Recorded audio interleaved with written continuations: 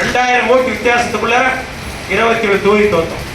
இதையெல்லாம் மனதிலே வைத்தான் இந்த பால் கலையை முழுமையாக செயல்படுத்தி கடந்த காலத்தில் பெற்ற வாக்குகளை கூடுதலாக பெற்றோமானால் நிச்சயம் 2026 அம்மாவின் ஆட்சி அமையும். ஆனால் எடப்பாடியார் முதலமைச்சர் கைத்தட்டில என்ன காசா திட்டா அந்த 9 பேரும் 6 கோடி சேர்க்கலாம்.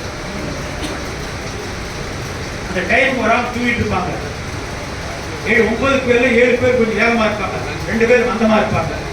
இதையெல்லாம் கண்டுபிடிச்சு ஒருங்கிணைச்சு வேகப்பட்டு செயல்படுத்துவதற்கு ஒரு பூத்துக்கு 2 பேர் இன்சார்ஜ் பண்ணுறாங்க.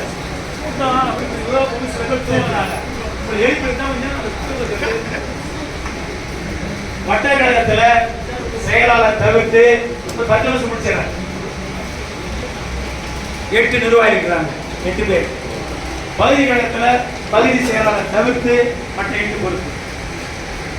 அது இல்லாம பகுதி கழகத்துல பல்வேறு சார்பணிகள், சஞ்சார மன்றம், அம்மா பேரவை, மகளிர் அணி, மாணவ அணி, ஐடி, இளைஞர் அணி, இளைஞர் பாசல், இப்படி பல்வேறு அணி இருக்குது.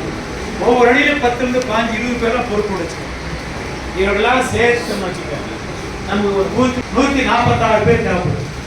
அந்த 146 பேரையும் வட்டக்கழக நிர்வாகிகள், பகுதி கழக நிர்வாகிகள், பகுதி சார்பு நிர்வாகிகள் இதிலிருந்து எடுத்து இன்றைக்கு நமக்கு தேவை எப்படி சொன்னால் இன்சார்ஜ் பூத்து நிர்வாகி 9 பேர் கொஞ்சம் சோம்பலா இருந்தா கூட அவன் சர்ச்சைக்கு வேலை வராது.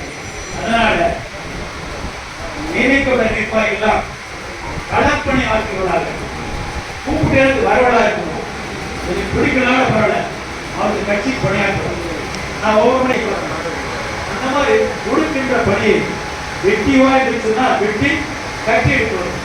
அந்த மாதிரி பணியாற்றினால் நிச்சயம் வெற்றி பெறுவாங்க. பகுதி கழக செயலாளர் அந்த பட்டியலை பெற வேண்டும்.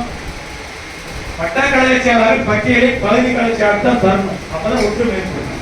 அதை விட்டு மாவட்ட பேரை வச்சுக்கிற பிரிவினை, அதனால் வட்டக்கழக செயலாளர் பகுதி கழக செயலாளர் பகுதி கழக செயலாளர்களும் பொறுப்புகள் போடுகின்ற